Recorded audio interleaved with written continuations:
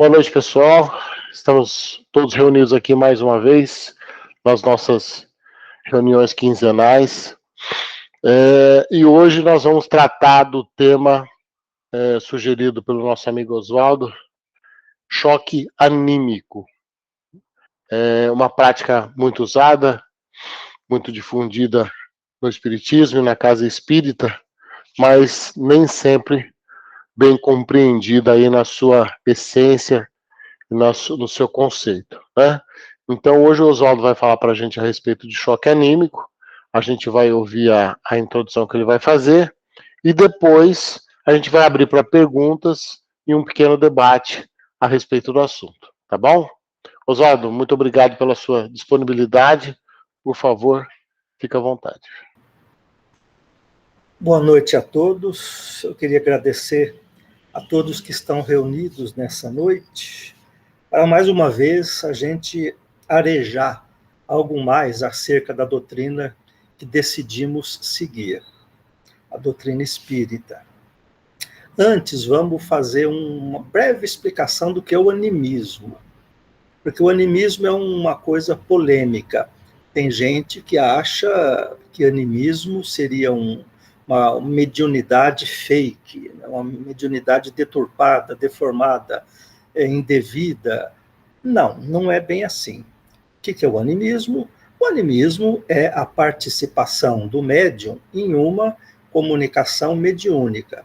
Existe a possibilidade do médium, obviamente, como deveria ser, dar uma comunidade para um espírito, para um desencarnado. Ele pode estar dando comunicação para o seu próprio espírito, que obviamente não foi só a persona do médium, e sim N personas mais antigas. Ele pode estar dando uma comunicação como uma dessas personas, não é tão comum, mas pode acontecer. E também, para médiums ainda problemáticos, não educados, não burilados, ele pode estar dando vazão à sua própria psique, né? Então, existem essas três possibilidades de comunicação. E isso é o animismo, é a participação do médium nessas três formas de comunicação. Sempre lembrando que nenhuma delas pode ser descartada. Até porque, se o médium está dando vazão à sua própria psique, ele está sendo tratado ali nesse momento. Certo? O seu emocional está sendo tratado. E isso sempre tem utilidade, porque é mais uma ferramenta para se burilar esse médium.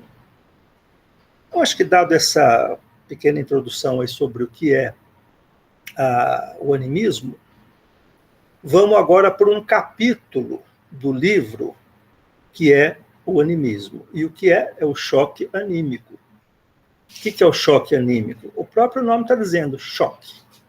Ou seja, uma atitude, um procedimento mais radical, mais reforçado, mais incisivo, para que a entidade comunicante possa ser tratada. Porque, vejam, quantos por cento de comunicações mediúnicas são feitas por espíritos necessitados e tutoriados pelos mentores espirituais? E quantas comunicações mediúnicas são feitas pelos próprios mentores? Não dá para arriscar uma estatística, mas com certeza 98%, 99% são de espíritos necessitados. Porque essa é a razão principal da atividade mediúnica, certo? Então, o que um espírito precisa? Ele precisa de um monte de coisas. Porque há espíritos, isso não é novidade para nós, que ainda estão muito materializados, muito presos, eu diria aprisionados às coisas da matéria, às coisas da carne, às coisas do mundo. E daí, tanto pode ser um amor, quanto um ódio exacerbado. Eu posso estar preso à minha vida anterior por amor a um filho, né? Por amor a um pai, a uma mãe que eu deixei, mas também eu posso estar aprisionado na minha vida anterior por um ódio exacerbado, por um desejo de obsessão, quando não pela obsessão propriamente dita. Ou seja, um desequilíbrio total, certo? Não é para isso que nós vamos para lá. E quando a gente vai para lá dessa forma, precisa ser tratado, precisa ser cuidado. E daí vem um dos recursos terapêuticos, que é o choque anímico. Olha, não tem nada de especial num choque anímico. O que pode variar é a gradação. Um passe é um choque anímico. A pessoa que está recebendo o passe está recebendo uma dose de energia, não só a energia animal, como também a energia espiritual. A energia anímica, uma energia espiritual, porque ele precisa dessas duas, ele está encarnado ainda. E também um espírito já desencarnado precisa, inclusive, da energia anímica, porque ele está preso ainda à matéria. Ele tem liames com a matéria de que ele era feito naquela reencarnação que ele deixou. Ele está feito prisioneiro, ou até tentando ou fazendo alguém prisioneiro. Então isso precisa ser tratado. O que seria o choque anímico? De forma simples. É o contato da energia do desencarnado com a energia do médium encarnado. Ou seja, ele vai estar recebendo uma carga energética, uma vibração desse médium encarnado e vai tirar proveitos disso. Por quê? Por momentos, ele vai estar na sua zona de conforto, porque como ele ainda é muito ligado à matéria, ele vai estar recebendo energia material do médium. Então ele vai se colocar numa posição de conforto diferente daquele desconforto que ele está sentindo por conta de estar de forma inadequada vivenciando a desencarnação. Tem que receber esse recurso terapêutico. E é o choque anímico. Então, o que nós temos aí? Um médium experiente, um médium dedicado, um médium evangelizado, um médium estudado, que é para ter as rédeas dessa comunicação.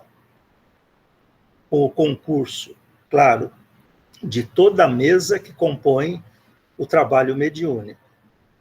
Os sustentadores, os dialogadores, o diretor da reunião, e, do lado do desencarnado, os mentores, que comandam toda essa reunião, que modulam essa reunião para o lado que é interessante modular, da forma que é interessante modular, para que o bem, o progresso e solução de problemas se façam presentes ali.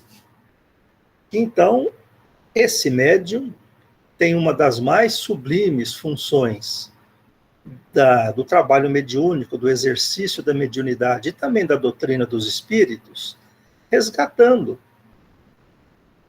almas desencarnadas em processo de penúria, certo?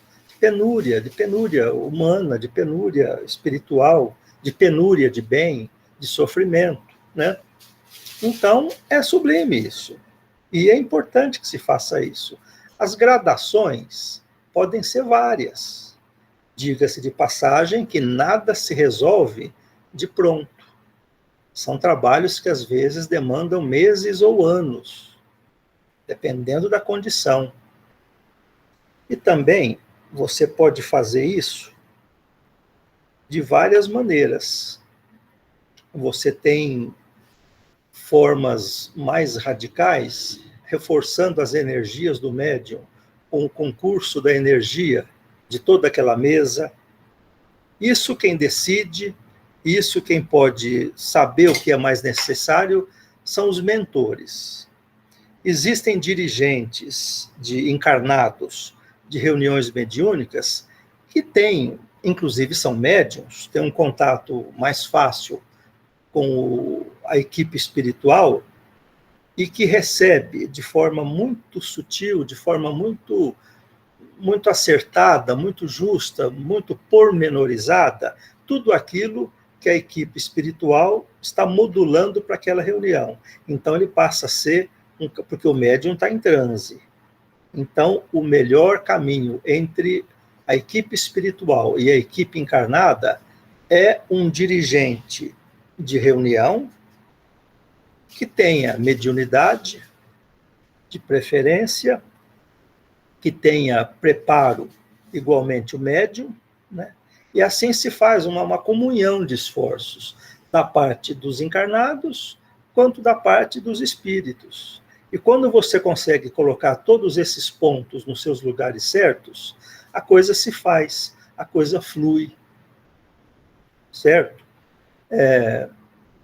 Em resumo, é isso que é um choque anímico. Agora, tem várias observações. O médium é importante, é a parte mais importante, a parte encarnada, da parte da matéria. Por quê? Se ele não tiver preparado, como um professor despreparado pode ensinar? Como um médico despreparado pode curar? Não tem condições. Então tem que ser um médium preparado. Esses quesitos aí que eu falei agora há pouco: evangelização, dedicação, experiência, estudo, porque aí ele vai fazer com que a coisa aconteça, né? Como é para acontecer, né? Pela harmonia. Então, esse médium tem que ter todo esse preparo. No começo do seu trabalho, ele pode sofrer certas influências espirituais, ele pode sofrer por despreparo, ele pode até se recusar, ou ter medo, ou não ajudar. Mas, com o tempo e com o auxílio, tanto espiritual quanto humano, encarnado, ele vai prosseguir nessa missão, porque isso é uma missão, mediunidade é uma missão. Então, ele pode se recusar até, ele pode ter medo. E é preciso que ele seja atendido, por quê?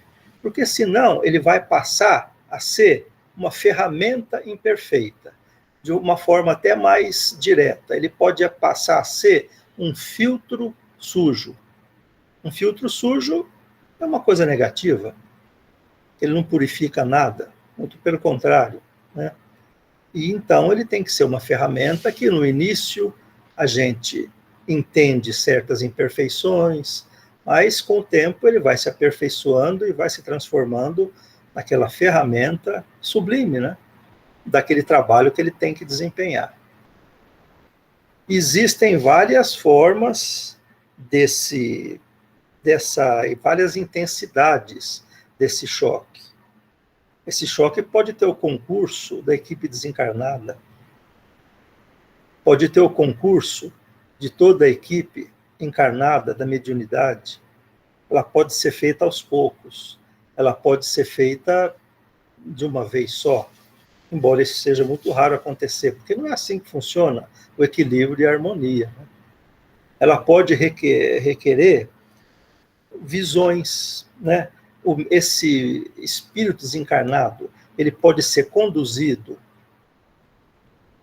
a imagens, a vivenciar as experiências que o levaram àquela condição menos feliz. Ele pode ser transportado, ele pode ter essas visões passadas telepaticamente para o seu entendimento. O médium pode receber essas visões também para poder saber com o que ele está lidando, para que tudo seja esclarecido, para que tudo aconteça de forma positiva, né? De forma útil.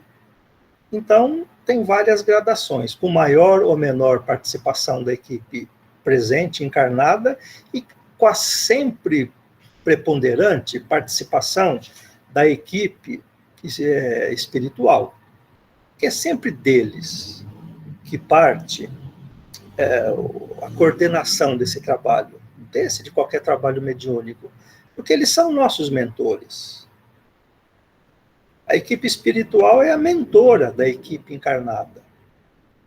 Médium, sustentadores, dialogadores, dirigente da sessão, porque eles são espíritos escolhidos, preparados e já experientes nesse tipo de trabalho.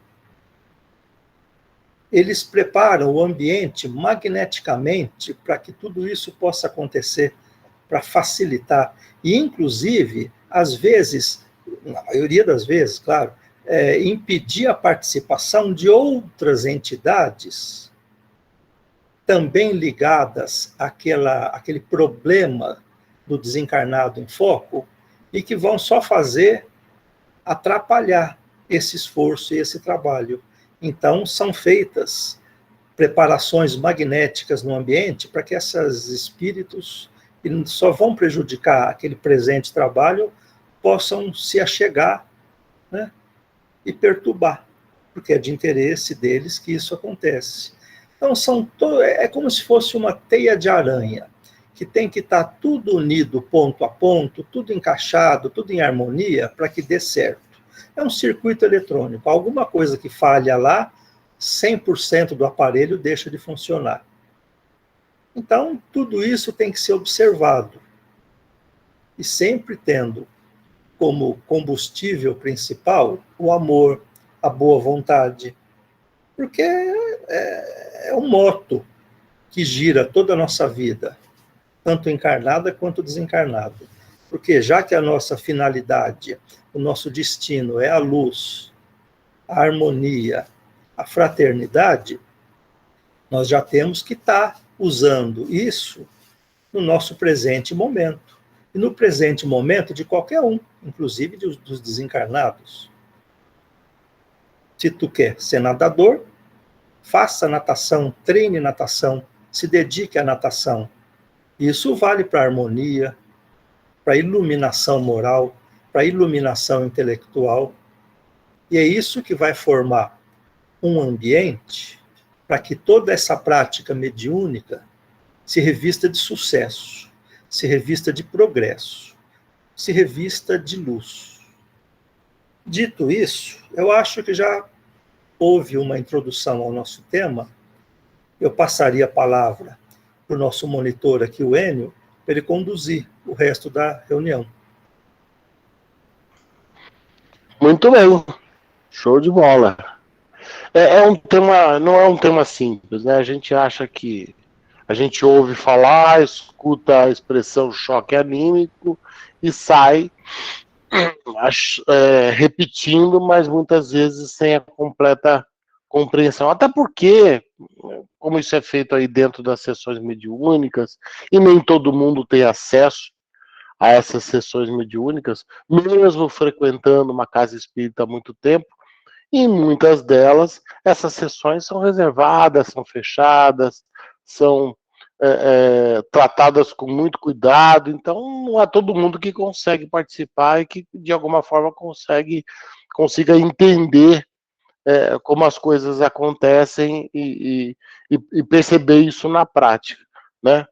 Mas, enfim, eu preparei aqui algumas perguntas e eu acho que a gente pode colocar essas perguntas em debate aí e quem sabe a gente consegue elaborar um pouco melhor e esmiuçar um pouquinho melhor, né?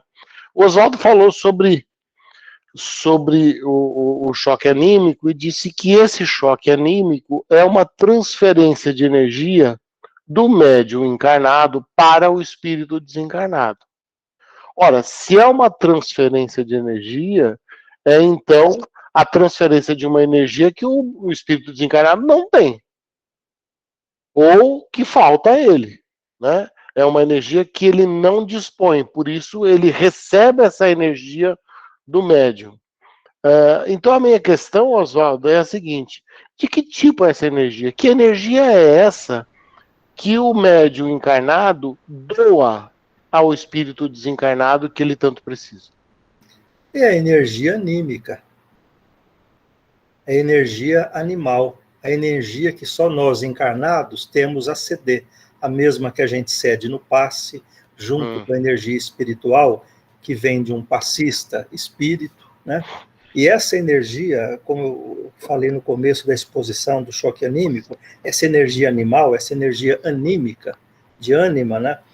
Ela é necessária para ambientar o espírito numa modulação ainda ligada à matéria, da qual ele ainda não conseguiu se desvincular. É por isso que ele está em estágio de sofrimento e desequilíbrio. Então, é a energia anímica. E o adendozinho aí. O médium também recebe para poder filtrar as energias do espírito, aquelas energias ainda desordenadas, em sofrimento, energias ainda de vibração baixa. E, mais uma vez, é necessário a qualidade, a capacidade do médium para poder filtrar essas energias. Senão, além dele não ajudar o espírito, prejudica a si próprio, colocando em perda todo um trabalho, né? Entendi. Você falou dessa questão do cuidado que o médium deve ter ao fazer a doação dessa energia, né? Até que ponto o médium pode se comprometer fisicamente num trabalho, numa sessão de choque anímico com um espírito necessitado? Ele se compromete até a medida da sua capacidade. O que ele não pode é se transformar numa, entre aspas, ferramenta defeituosa, instrumento deficiente, porque senão, obviamente, vai estar comprometido todo o trabalho. Serão dois prejudicados, o espírito e o médium. E isso não é o que se busca, né? Entendi. Por favor, Ana, levantou a mão aí, fica à vontade. Oswaldo, quando a transmissão de energia de um médium encarnado para uma pessoa encarnada, eu não posso chamar de choque anímico, eu só posso chamar de choque anímico quando é o médium passando a energia para um desencarnado. Não, existe de encarnado para encarnado. Todos precisamos de energia, né? Até porque o desencarnado, ele ainda está com um pé no, entre aspas, encarnado. Ele ainda está ligado. Essa é a razão do sofrimento dele. Mas, num passe, é um encarnado passando energia anímica para outro encarnado que está ali recebendo passe. E também existe a vibração espiritual que é cedida por uma entidade desencarnada que entra em concurso com o encarnado para oferecer esses dois tipos de energia para o encarnado que está recebendo passe. E aí eu dou o nome de choque, mesma coisa. É a mesma coisa, porque o choque anímico, já que ele é a participação do encarnado na vibração do desencarnado ou do próprio encarnado, e também a gente tem que levar em consideração que não é só o encarnado que está ali recebendo passe, é o espírito do encarnado que também está recebendo esse passe. E se ele tiver mais necessitado que o corpo que ele ocupa atualmente? E se o corpo que ele ocupa atualmente não sabe das necessidades que ele trouxe de encarnação passada? É uma série, como eu falei, é uma teia de aranha que tem que estar tudo encaixadinho, ligadinho, porque senão não funciona, né? Mas, resumindo, essa transferência de energia pode ser de encarnado para encarnado. Tranquilo. Tá, obrigada, Oswaldo.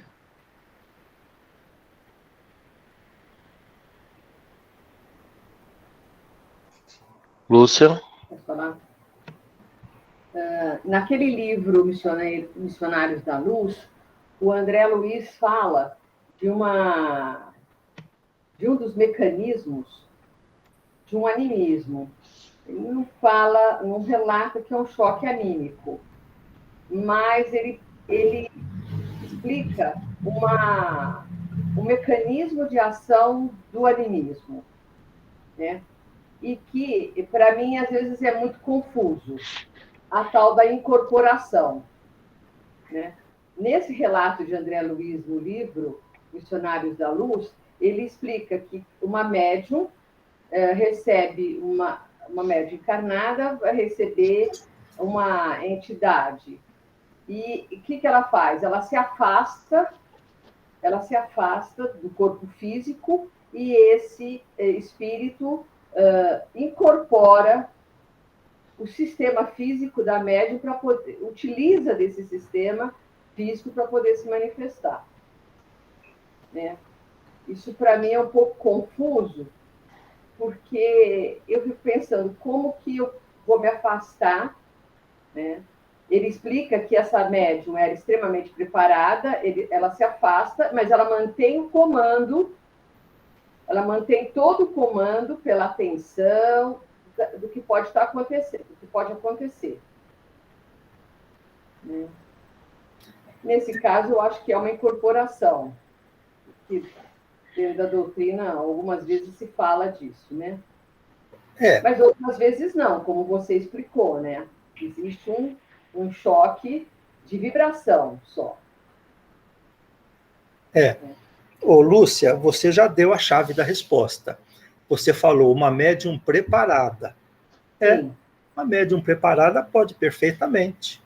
Ela pode afastar o seu perispírito e deixar que o perispírito desencarnado, que todos somos perispíritos, né, tanto na carne quanto fora da carne, ocupe aquele corpo somático de forma mais efetiva.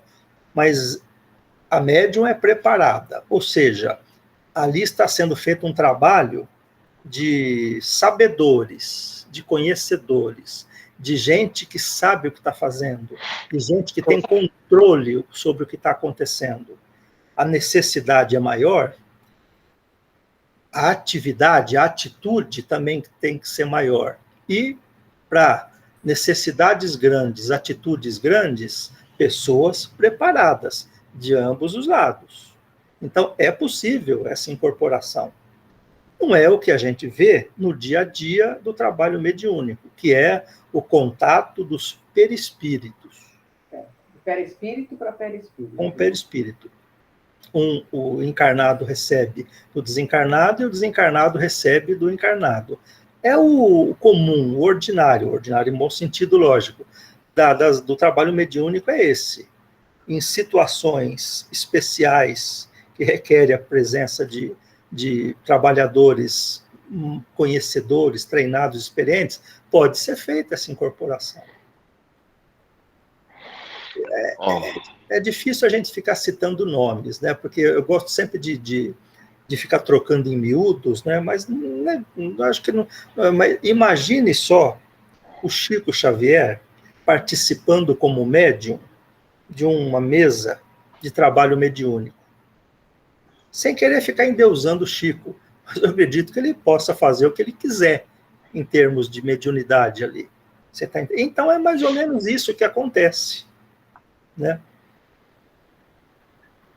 É por aí. Muito. Ok. Adriana, você levantou a mão? Eu queria tirar uma dúvida e voltar naquela questão da energia anímica que vocês estavam comentando. Dentro da doutrina espírita, né, tem uma energia bastante conhecida nos seres encarnados, que é o fluido vital, né? Então, a gente fala muito do fluido vital, né, que a gente sabe que é um fluido que a gente recebe para que a gente possa ir utilizando esse fluido durante toda a nossa encarnação, e a partir do momento que a gente desencarna, que é o desenlace, esse fluido vital passa a não existir mais, né? E existe um outro fluido também bastante conhecido, que na verdade é o mesmo, mas um termo bastante conhecido, que é o ectoplasma, que seria uma condensação desse fluido vital. Essa energia anímica que você comentou, tem alguma coisa a ver com essa energia? Ela é derivada do fluido vital, né? Tanto quanto o ectoplasma. Todos os dois, o fluido vital, ele é o combustível da energia anímica quanto do ectoplasma, né? Essa energia anímica é um nome genérico, não é um tipo específico de energia, pode ser ectoplasma, né? Pode ser.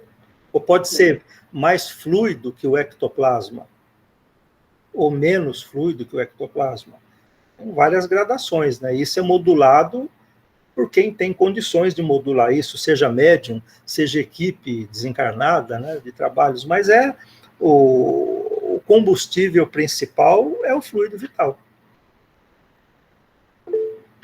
É porque é essa energia que o desencarnado não tem. E da qual ele se ressente, da qual ele sente falta, da qual ele se sente desequilibrado por não mais ter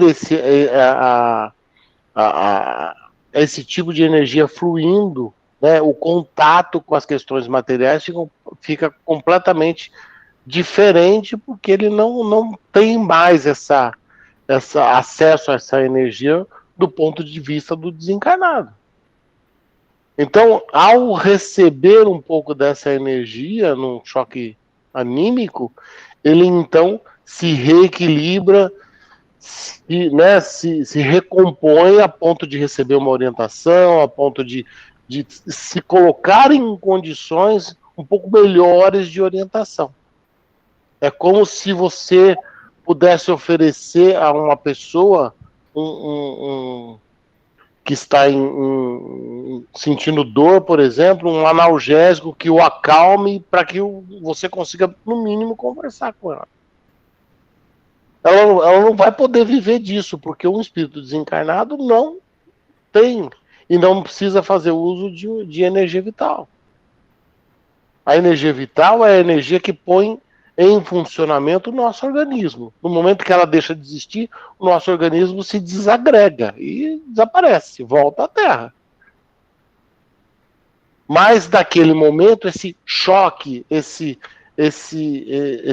uso repentino da energia vital vai trazer um reequilíbrio momentâneo para aquele espírito, para que ele possa, de fato, ser orientado e tomar pé da situação e retomar o caminho correto. Esse contato direto com essa energia liberada pelo médium a favor dele. Esse processo de choque anímico, que acontece de forma dirigida e acompanhada na casa espírita, também acontece na rua. Acontece no dia a dia, na relação com as pessoas, na relação de encarnado com encarnado, encarnado com desencarnado, pessoas que são verdadeiras esponjas energéticas, que só de chegar perto de você te deixa desequilibrado e sem a menor condição de reagir. Pessoas que têm... Que é isso, gente? Esses troços que respondem automático sozinha, né? As Siris da vida aqui, Jesus. Mas então, como eu estava dizendo, são situações que ocorrem no dia a dia. A nossa revelia, inclusive. Você nem sabe o que está acontecendo e está dando choque anímico a alguém ou tomando choque anímico de alguém. Porque é um processo natural, normal, de troca energética. Só que isso é usado na casa espírita no momento correto, essa técnica é usada de forma dirigida, de forma deliberada, para alcançar algum resultado positivo. E isso que o Enio está falando é verdade, tanto é que faz parte da cultura popular, né? O famoso olhar de seca-pimenteira, né? Ou então aquele abraço que você leva de certa pessoa, que quase que você, a hora que ela te solta, quase que você cai. Mas é isso mesmo. Olho gordo, olho gordo. Olho gordo. Quer dizer, a cultura popular, a sabedoria popular sabe das coisas. Virou até provérbio, porque é uma coisa que sempre existiu, né? Sim. Exatamente. E o uso dirigido dessa técnica traz proveitos terapêuticos. Né? É só o uso dirigido dessa técnica. Que é usado exatamente para oferecer ao espírito desequilibrado algum tipo de equilíbrio, porque é o que ele consegue, é o que ele precisa naquele momento, né? Então aquela energia vai acalmá-la a ponto de ser orientada, a ponto que ele possa pensar em alguma coisa, porque do jeito que ele está, ele não consegue absolutamente nem manter a própria forma, dependendo da situação. Está completamente com o pensamento fixo e focado e difícil conversar com uma pessoa que esteja nessa situação. Né? É como um psiquiatra vai fazer. Se o indivíduo está tendo alucinação E se o indivíduo, além de ter alucinação, ainda está fazendo interpretação da alucinação de maneira incorreta ou maluca, como é que você conversa com uma pessoa dessa? Você não conversa. O que você faz? O que o psiquiatra faz? Dá o remédio para amenizar esses sintomas de alucinações e outras questões. Quando acalmou, aí vai conversar com a pessoa. Porque se não fizer isso, você não consegue conversar. O cara está alucinando que está vendo coisas e de repente começa a falar que essa pessoa que está vendo é Jesus Cristo, que está sentado do lado dele. Aí só remédio. Porque você não vai conseguir convencer. Então, mais ou menos é o que acaba acontecendo para um espírito que está nessa situação. Ele recebe o remédio para que ele se acalme e aí então ele é orientado.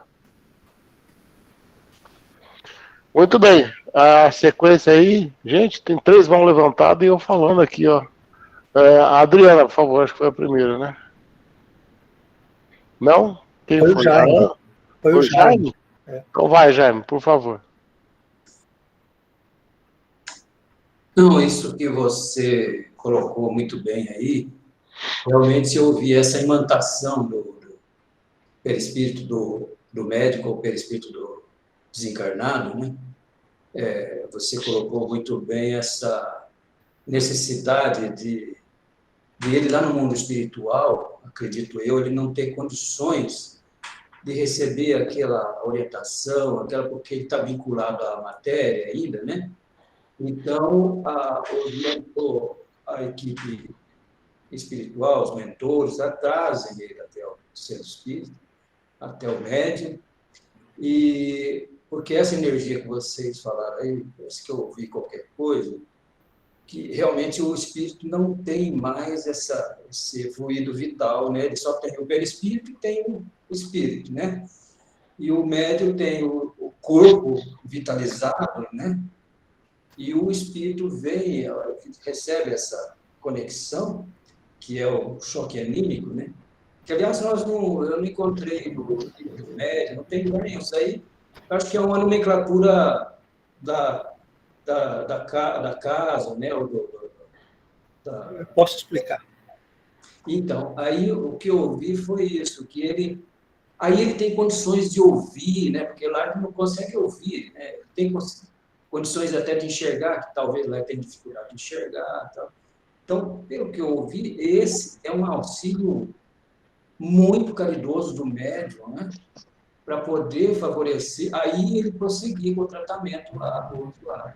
Parece que eu ouvi qualquer coisa desse, mas o Enio detalhou com perfeição, o Oswaldo também, com perfeição essa necessidade do contato com o corpo do médium.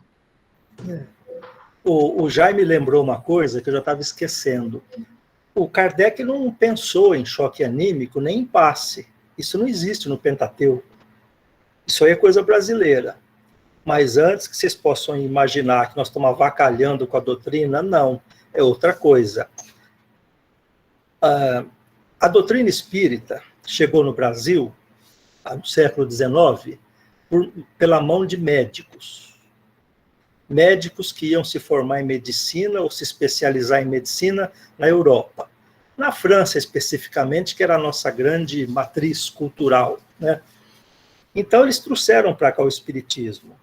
Eram pessoas cultas, pessoas de bem intencionadas. Os nossos primeiros espíritas, os nossos primeiros dirigentes espíritas, os nossos primeiros escritores espíritas, os nossos primeiros tradutores. A primeira tradução do Livro dos Espíritos foi feita por um médico, né? Então, como eles eram médicos, eles procuravam recursos espirituais para a medicina humana. Daí nasceu o passe e, consequentemente, o choque anímico. Foi aquela influência de médicos brasileiros que tentavam adaptar as coisas do espírito para as coisas humanas, para as doenças somáticas, para os problemas somáticos e tudo isso. Então, graças a Deus, né, a contribuição brasileira para a doutrina espírita foi imensa na questão saúde. como uma invenção do bem. Muito bem. Ana, você quer a palavra? Liga o microfone, por favor, Ana. Eu acho que o Matheus está na minha frente. Então vamos lá, Matheus.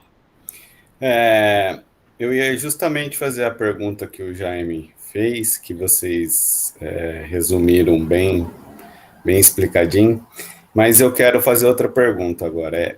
Qual o critério de eleição para esses espíritos tomarem o choque anímico? Isso é, como esses espíritos chegam na casa espírita, quem traz esses espíritos para a casa espírita para tomar esse choque anímico? Isso, alguém, ele teve um critério para ser o espírito da vez, né? Poderia me dizer qual o critério que eles levam? Eu vou poder responder melhor essa questão quando eu já estiver do outro lado, trabalhando. Brincadeira. Não, aí pela lógica, é aqueles mais necessitados, né? Aqueles que mais precisam, que têm mais urgência, casos mais lancinantes, né?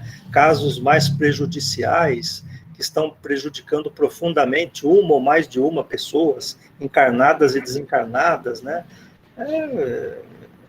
Então, esse espírito ele não vem por livre, espontânea vontade. Conforme o Enio falou, ele está psiquicamente abalado. Ele necessita de algo material para relaxar, para complementar o que falta, em tese, pela sua adesão à matéria, né?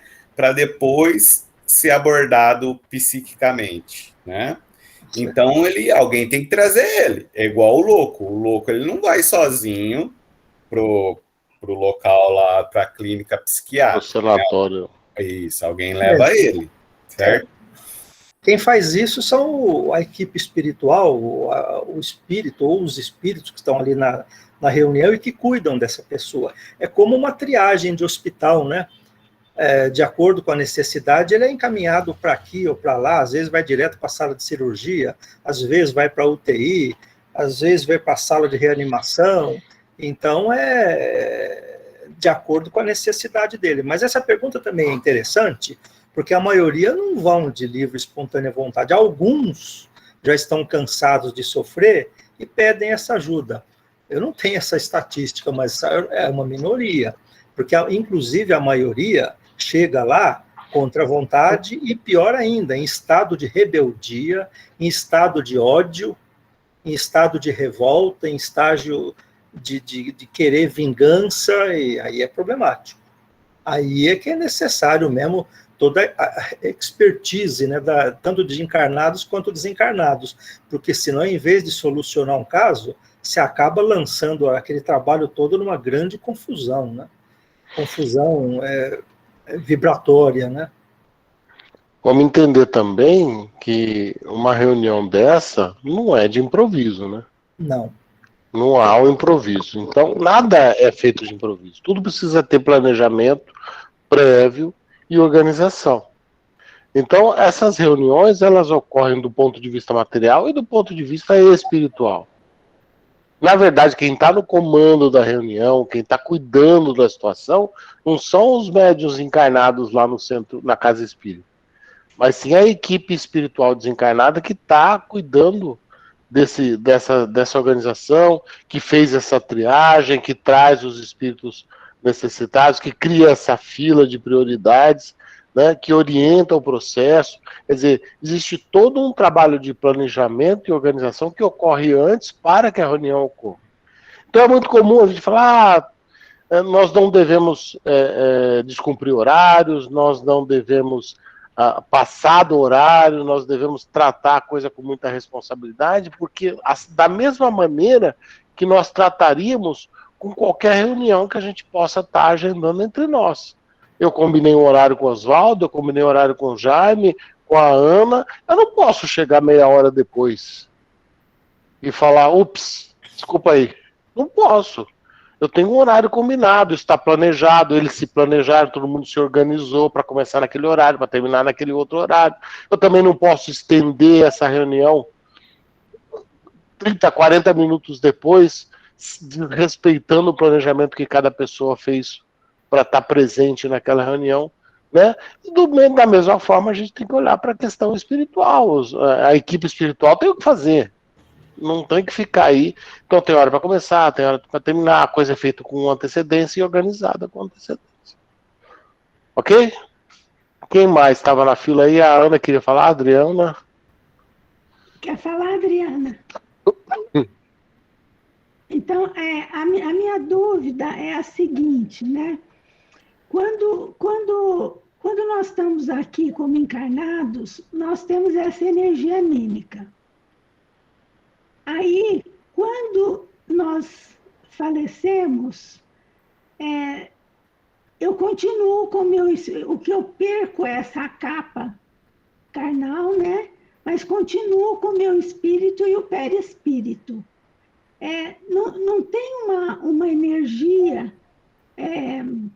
vamos dizer assim, específica desse espírito com o perispírito? Que pode vir até do fluido vital também? Pode, Ana, porque se essa recém-desencarnado foi extremamente materializado, extremamente ligado à matéria, que não conhece nada além da matéria, que só acredita na matéria, que nem sequer imagina que existe muitas coisas além da matéria, ele vai estar ainda muito ligado a essa energia. E tanto é verdade isso que ninguém é levado para um tratamento que inclui choque anímico logo após o desencarne. Essas pessoas, esses espíritos que são levados a esse tratamento, eles já sofreram anos e anos, justamente por estarem mal resolvidos em ligação ao que fazer com uma energia que eles já não têm mais, mas que eles ainda imaginam que faz parte deles, né? Mas apesar deles não acreditarem, vamos dizer, nisso tudo que a gente acredita, né? Independente disso, pelo fato deles terem o espírito e o perispírito, eles não têm essa energia que vem do fluido vital? Sim, tem. É o que eu estava dizendo, quanto mais ligados à matéria eles são, mais essa energia vai ficar incomodando aquela união espírito-perispírito.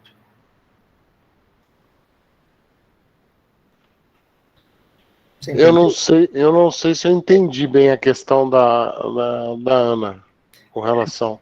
A Kardec coloca assim: nós, enquanto encarnados, somos compostos de espírito, perispírito e corpo físico. Uma vez que desencarnamos, perdemos o corpo físico e nos sobra o perispírito e o espírito. Mas a literatura mostra também que além desses corpos, né, perispirituais, etéreos, nós temos corpos emocionais, o corpo emocional, né, o corpo mental. É uma lista aí que chega no mínimo, que começa no mínimo com 7 corpos, que aí fazem parte dessa composição, cada um tem uma finalidade. Mas o corpo físico, para que ele possa funcionar, ele precisa do fluido vital. E esse fluido vital se esgota de uma maneira ou de outra, ou se dissipa de uma maneira ou de outra.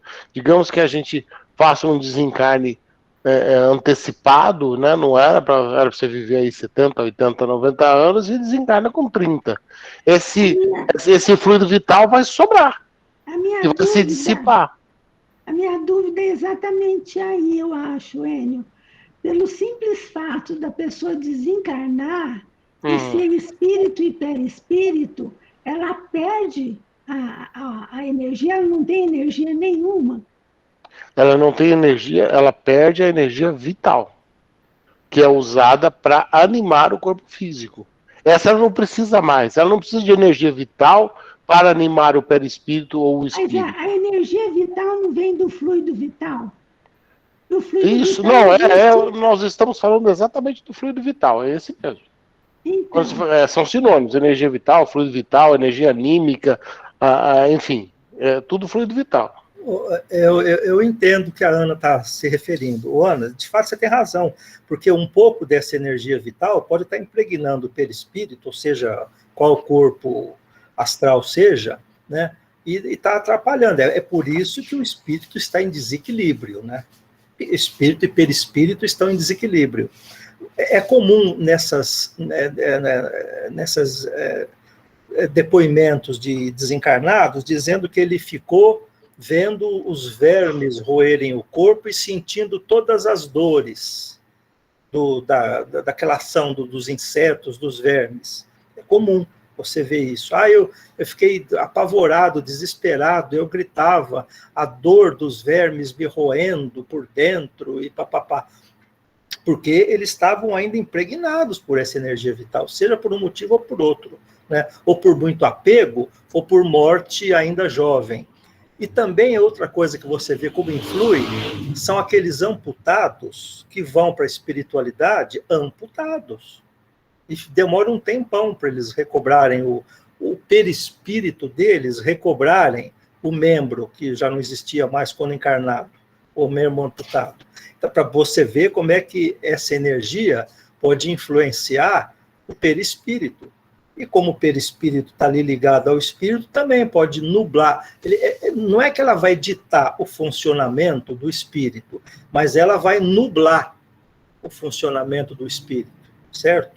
Ela vai atrapalhar, poluir, influenciar negativamente o espírito, porque ele ainda está muito ligado a essa energia, e de repente ela fica por ali, pelo perispírito, uma parte dela, né?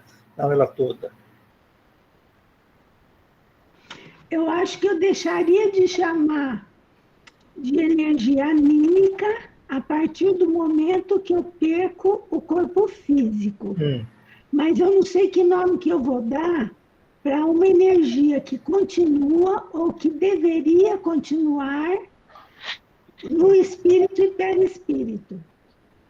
Não sei se eu consegui ser mais clara agora. Mas aí também, viu, Ana? Viu, Ana? Aí também é uma questão da sublimação desse espírito. À medida em que ele aprende, à medida em que ele se desliga das forças mais baixas, que ele se esclarece mais, que ele se ilumina mais, isso tende a desaparecer. Tende a não influenciá-lo mais. A energia anímica, você Sim, fala. Mas a partir do momento que a pessoa morre, ela vai perder o corpo físico. Sim. Se ou anímica, eu estou chamando por causa da energia material, do corpo material, físico, animal, né? Então, eu perdi meu corpo físico, então eu vou perder a minha energia anímica. A minha dúvida é exatamente essa. Quando eu perco a energia anímica, que é do meu corpo físico, não sobra nenhuma energia para o perispírito e o espírito. De energia anímica. Não, a anímica acabou, porque o corpo físico acabou, né? Não, mas é isso que eu estou querendo dizer. De energia anímica que não deveria existir, né? Ele pode manter um pouco, por conta da sua condição. Se ele está ligado ainda ao mundo material. E aí. Isso eu entendi perfeitamente. Eu acho que você explicou muito bem. Eu acho que eu entendi. Eu acho que eu te entendi, Ana. A Ana está querendo dizer o seguinte: ela já entendeu que realmente, depois de um tempo, né, como nós todos somos apegados à matéria, provavelmente a gente ainda fica por um tempo com essa energia do fluido vital, né, impregnado em nós, porém, como o Enio falou, essa energia vai se dissipar em algum momento. A gente não pode continuar ligado a essa energia, né? Mas o que a Ana está dizendo é o seguinte: o espírito desencarnado, ele também precisa de uma energia, porque, afinal de contas, é um ser vivo, só que no plano espiritual. Só que essa energia, que não tem nada a ver com o fluido vital, é uma energia que provém do fluido cósmico universal, assim como o fluido vital, porém, é uma outra energia, que eu acredito que não tenha realmente, na doutrina espírita, nenhum nome para essa energia. É que a Ana está dizendo, é outra energia, uma energia inerente ao perispírito. Própria do perispírito e espírito, né? Com certeza tem, né? Porque a gente sabe que a gente, em determinado momento, a gente até transparece uma luminosidade, né? Então, com certeza existe uma energia. Porém, acho que não tem um nome, né? Não sei se vocês saberiam, nunca ouvi falar mesmo. Ana, você não está certa. Porque, veja bem, a gente perde o corpo material, o corpo físico, mas não perde o perispírito. E perispírito é matéria, muito mais fluida que o nosso corpo físico, mas é matéria. E uma parte dessa energia pode estar impregnando o perispírito. Não teria que ser assim, mas no caso de espíritos materializados e ignorantes, ela permanece. E vai atrapalhar a vida desse espírito, e esse espírito vai ser encaminhado para um tratamento, porque ele vai ser um espírito desacertado, para usar um termo de gíria.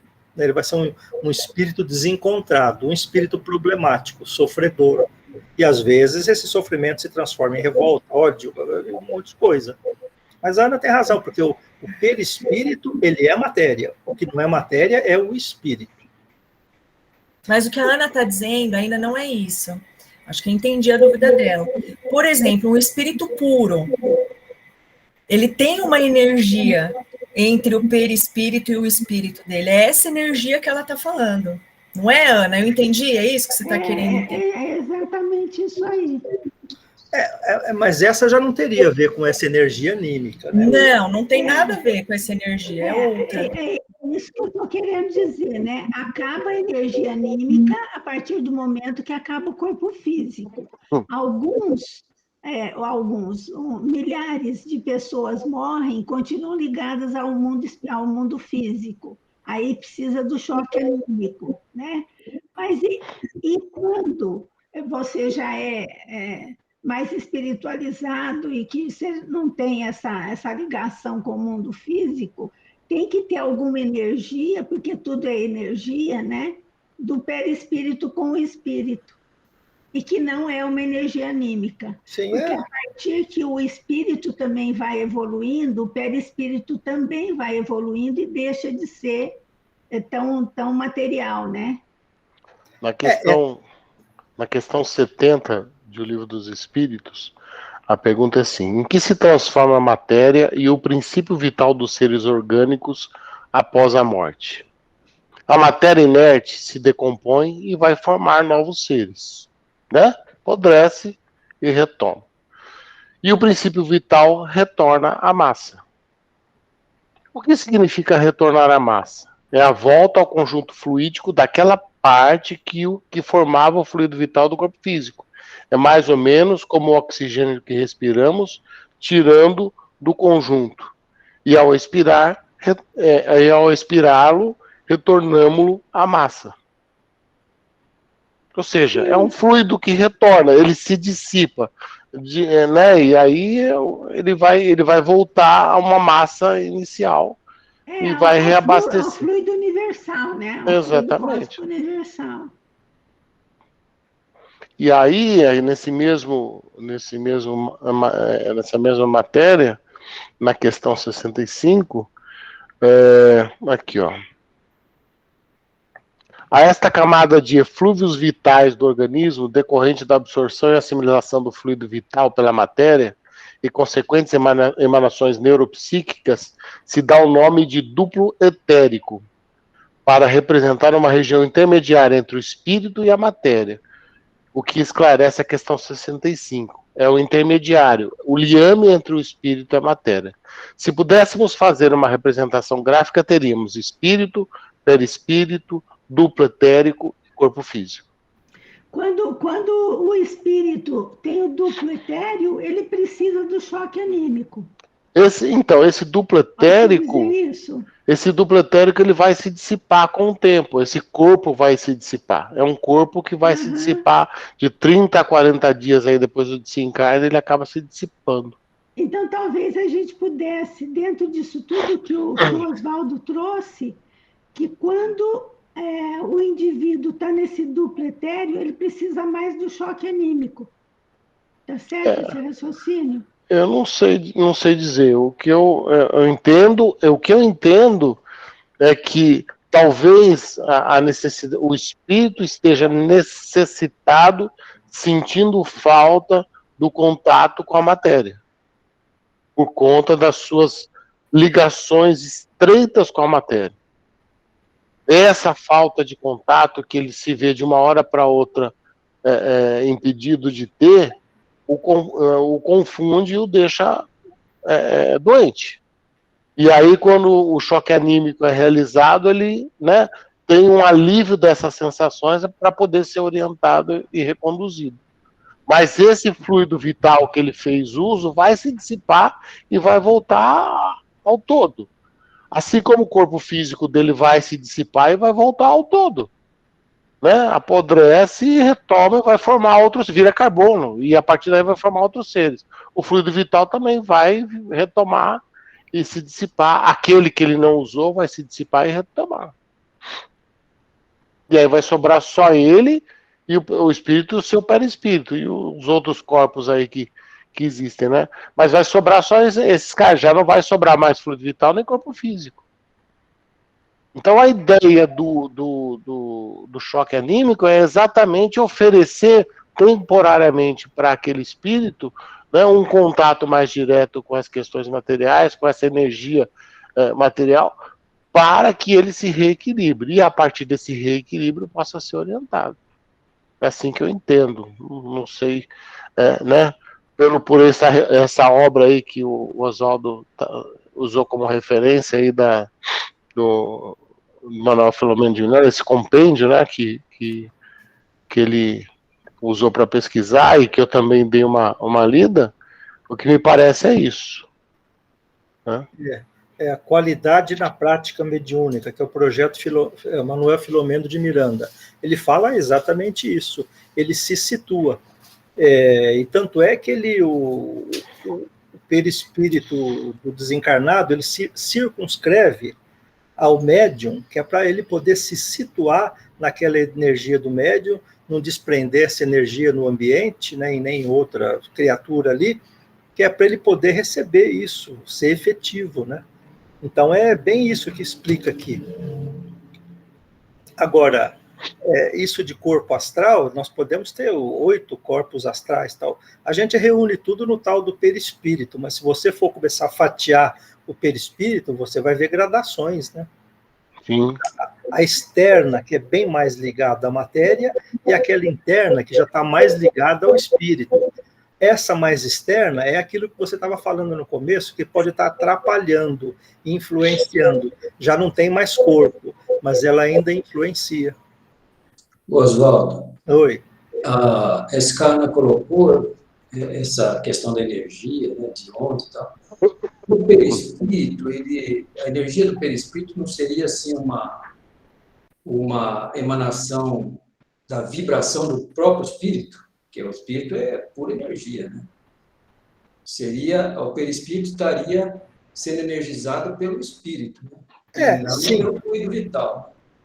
Mas aí vai do desenvolvimento do espírito, porque se o espírito não tem essa iluminação, se não tem esse conhecimento, se não tem essa...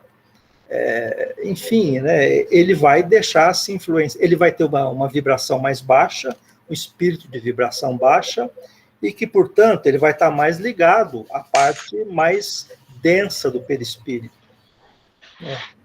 Existem perispíritos e perispíritos. Você imagina o perispírito de uma pessoa ruim, ignorante, que desencarna. Aí pega e compara com o perispírito de uma pessoa mais iluminada, de uma Madre Teresa.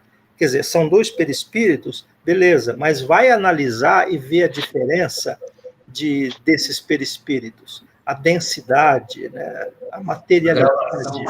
A gravação em cada perispírito desse daí são completamente diferentes.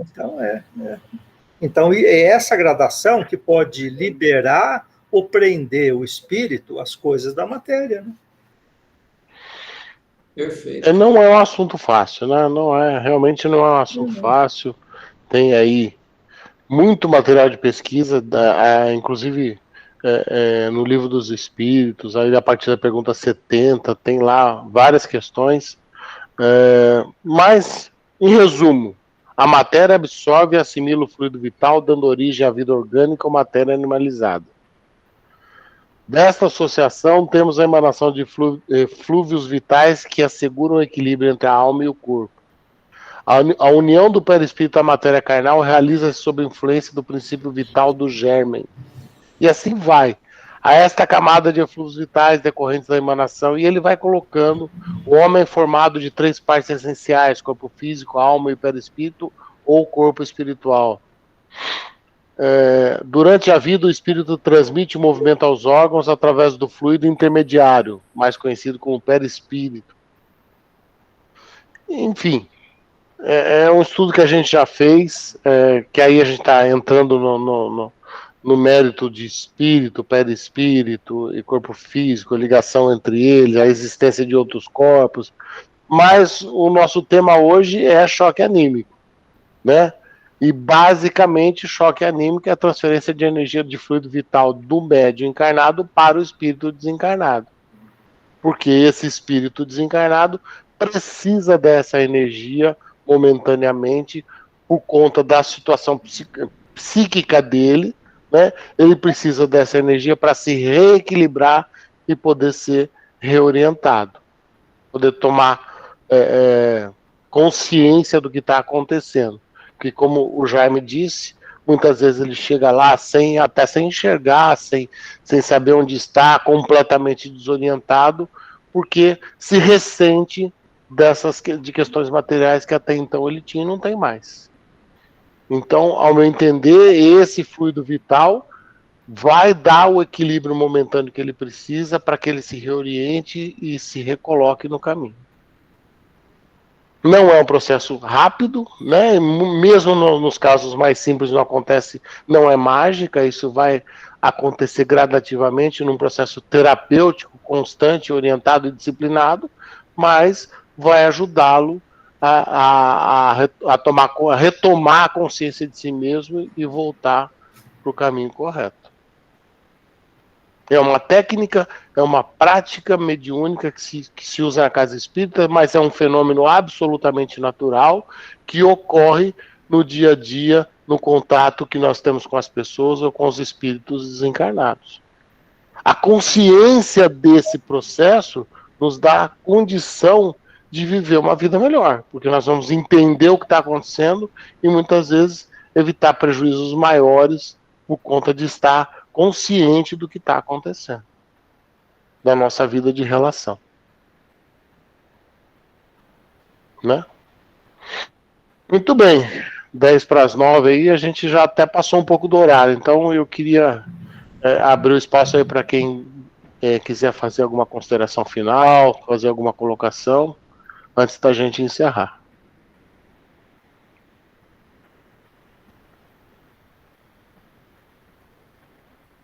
Oswaldo?